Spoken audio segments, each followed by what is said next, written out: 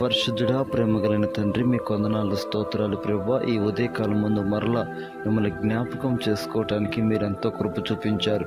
నేటికి నా ప్రభువా, మా మధ్యలో ఎన్నో వాగ్దాన రూపంగా మీరు మాతో మాట్లాడుతూ వచ్చి ఉన్నారు.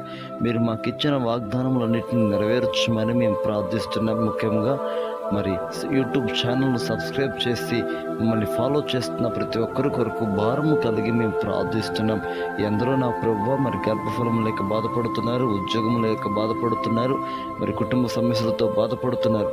అయ్యా, నీ దాసునిగా నేను ప్రార్థిస్తున్నాం. దయచేసి నీ దాసుని ప్రార్థన మీరు అంగీకరించి మరి మేము ప్రార్థించడమన్నీ కూడా పొందుకున్నట్లుగా మీరు కృప చూపించమని, అలాగనే మేము కోరిన రేవుకు మమ్మల్ని నడిపించమని మేము ప్రార్థిస్తున్నాం.